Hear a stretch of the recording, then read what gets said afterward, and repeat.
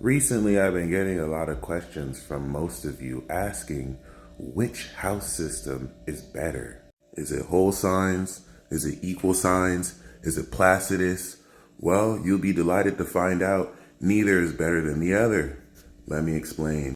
A key distinction to this question that I've heard is centered around why do I use one system as opposed to the other, or which is better? But in reality, I actually blend all of them together. I'm able to perform a lot of these calculations in my head. So through experience, you find out how to actually memorize where the houses are. In my Astro 105 course of natal chart interpretation, I will actually go into the different chart systems and how to integrate them in your natal chart or transit chart reading. As of now, I am wrapping up Astro 101, which I have titled Meet the Planets, so stay tuned. That being said, once you're able to integrate different chart systems and house styles, it gives you greater understanding of the nuance someone can experience with their own natal chart. That being said, using my chart as an example, here is Placidus. This is the default chart system in any natal chart. A key feature of Placidus is that it accounts for interceptions.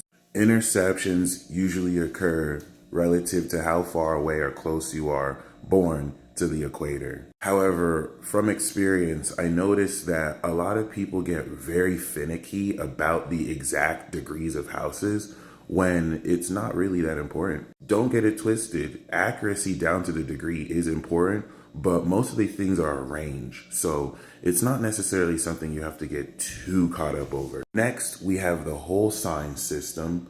Whole signs take the sign your AC is in, and it puts the first house at 0 degrees. This now gives each whole sign a house. And of course, the system I prefer and use, equal sign system, takes, of course, the concept of the whole sign and instead makes your AC the first house, and then every other house is that same degree. So I have a 27 degree Taurus rising, so every house is going to be 27 degrees. One major key difference between the whole and equal chart system versus Placidus is that Placidus makes the MC the 10th house versus whole and equal, where the MC can fall in the 10th, 9th, or 8th house. Now, this can be a bit confusing and daunting, especially if you're not too experienced on how to work with these chart systems.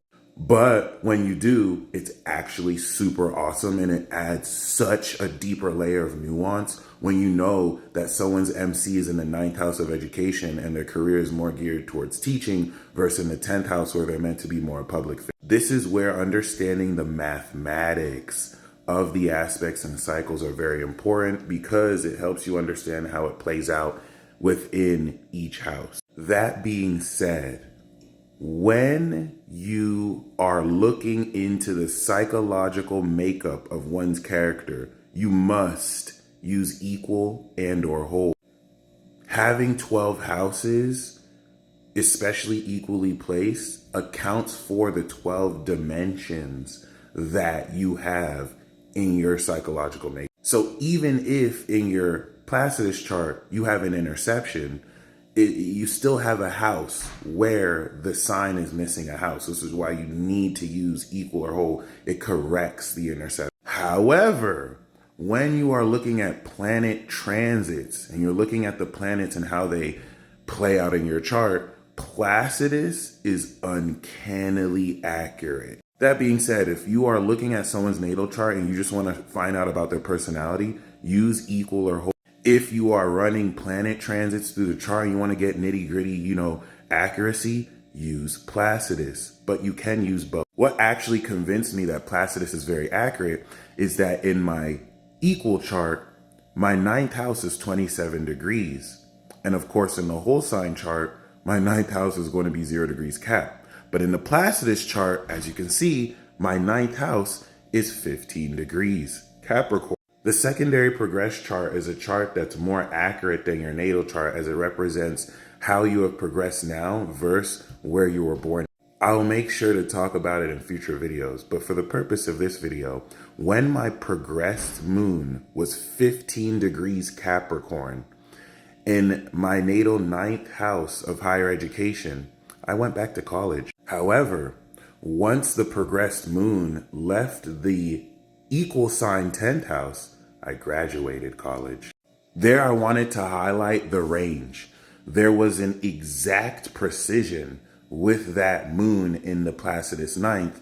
And even though the 10th house between Placidus and equal are in the same sign, it doesn't have to be exactly to the degree. There's a range that you can actually ascribe. The best part about this is I looked at this after the fact. So it's not like my decision to graduate was influenced by knowing the progressed moon. This was after it happened, and I realized, wow, that's super accurate. As far as blending systems, once again, this is something I'm going to go in depth when I release my Astro 105 series. But I'll give you a short example. When I read a natal chart, I'm going to use the equal sign system, and I'm going to blend it with whole sign. In whole signs, the AC will always be in the first house. As you can see, I have it 27 degrees. So when I read with equal, in the back of my head, I'm looking at their whole sign chart. I'm saying, okay, 27 degree Taurus rising, which means that whole signs, he is a Taurus rising 0 degree. This helps me account for some range when I'm dealing with late degree risings. I know how to round up, or I at least know how to interpret elements of the chart. For example, I know that I have 15 degrees Cancer for my 3rd house on Jupiter. However, for equal, my 3rd house is 27 degrees Cancer. And interpreting that, I know that Cancer is the 3rd house. So whether it's at 27 or 15 degrees, I can still keep in mind that it marks the 3rd house. That being said, even if they're planets transiting the 2nd house region in Cancer, I know that Cancer rules the 3rd house. Let's say the 3rd house is attitude. Planets that fall in my 2nd house in Cancer, I will say that I am manifesting 2nd house an attitude that is sincere, 3rd house Cancer. Because even though it's in the 2nd house of manifestation, it is attached to the 3rd house of attitude and skills. So I'm manifesting those. Since the house is ruled by that sign,